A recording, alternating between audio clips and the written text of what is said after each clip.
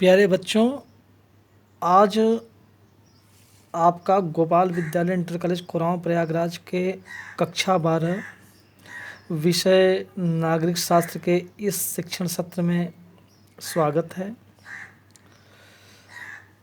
मैं आप लोगों को गुटनिरपेक्षता का अर्थ, इसके संस्थापक सदस्यों के नाम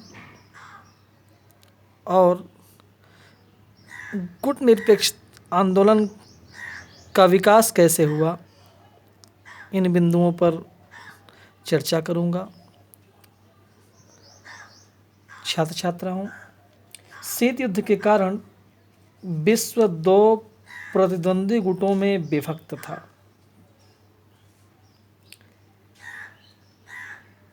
एशिया, अफ्रीका और लातिनी अमेरिका के नव स्वतंत्र देशों को एक तीसरा विकल्प प्रदान किया गुटनिरपेक्षता ने।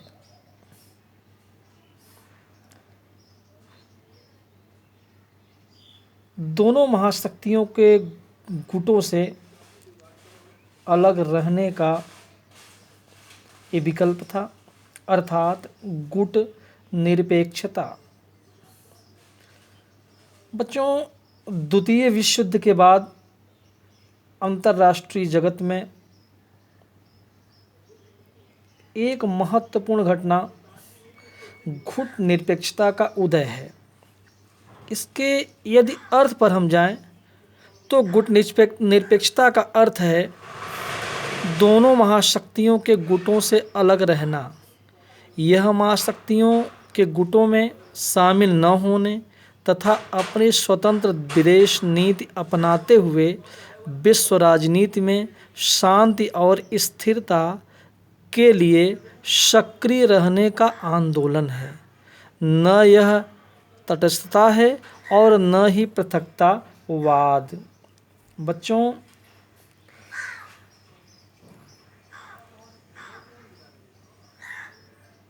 किसी भी देश को प्रत्येक मुद्दे पर गुण दोष के आधार पर निर्णय लेने की स्वतंत्रता और राष्ट्रीय हित एवं विश्व शांति के आधार पर गुटों से अलग रहते हुए निर्णय लेने की स्वतंत्रता ही गुट निरपेक्षता है।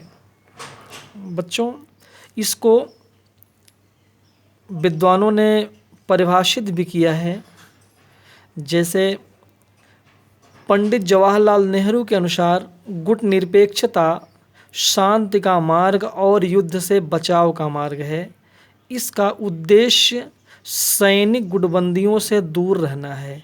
यह एक निषेधात्मक नीति नहीं है, बल्कि एक सकारात्मक, एक निश्चित और मैं आशा करता हूं कि एक निरंतर विकासशील नीति है। इंडोनेशिया के पूर्व राष्ट्रपति सुकर्णो ने भी इसको परिभाषित किया है। इनके अनुसार गुट निरपेक्षता की नीति का अर्थ युद्ध में तटस्थ रहना नहीं है, बल्कि इसका अर्थ है स्वतंत्रता, शांति तथा सामाजिक न्याय के कार्य में सक्रिय योगदान। बच्चों, गुट निरपेक्ष आंदोलन के संस्थापक कौन कौन से लोग थे आपको बता दूं। Joseph bras टीटो। बच्चों, यह यूगोस्लाविया के शासक थे। द्वितीय विश्व युद्ध के दौरान यह जर्मनी के विरुद्ध लड़े। इन्होंने साम्यवादी सोवियत संघ से दूरी बनाए रखी और यूगोस्लाविया में एकता कायम करने में इन्होंने महत्वपूर्ण योगदान दिया। पंडित जवाहरलाल नेहरू। बच्चों, आप लोग जानते ही हो, ये हमारे देश भारत के प्रथम प्रधानमंत्री थे। ये एशियाई एकता और निरस्त्रीकरण के पक्षधर थे। इन्होंने विश्व शांति के लिए शांतिपूर्ण सह अस्तित्व की नीति दी। बच्चों, अगले गमाल अब्दुल नासिर, यह मिस्र के शासक थे। अरब राष्ट्रवाद, समाजवाद और साम्राज्यवाद विरोध के लिए प्रतिबद्ध थे। बच्चों, इन्होंने स्वेज नहर का राष्ट्रीयकरण भी किया। सुकर्णो, यह इंडोनेशिया के पहले राष्ट्रपति थे। इनके नेतृत्व में ही स्वतंत्रता संग्राम वहाँ का हुआ। यह समाजवाद और साम्राज्यवाद विरोध के लिए प्रतिबद्ध थे। बच्चों, जो ये गुटनिरपेक्षता की नीति है, इसका जो नींव पड़ी वह बांडुंग सम्मेलन से पड़ी और सुकर्णो ही इस बांडुंग सम्मेलन के आयोजक थे। वामे एनक्रुमा, बच्चों, यह घाना के पहले प्रधानमंत्री थे। अफ्रीकी एकता और समाजवाद के पक्षधर थे। इन्होंने नव उपनिवेशवाद का विरोध किया। बच्चों, अब आप यह जानिए गुटनिरपेक्ष आंदोलन का विकास कैसे हुआ। द्वितीय विश्व युद्ध के पश्चात उपनिवेशवाद की समाप्ति तथा नए स्वतंत्र हुए देशों के अस्तित्व में आने के साथ एक नवीन समस्या उत्पन्न हुई। यह समस्या इन नवगठित देशों के आर्थिक तथा राजनीतिक विकास की थी। शीत युद्ध के दौरान इन नवोदित देशों की रुचि किसी भी गुटबाजी से दूर रहकर अपने आर्थिक एवं राजनीतिक ढांचे के विकास में थी।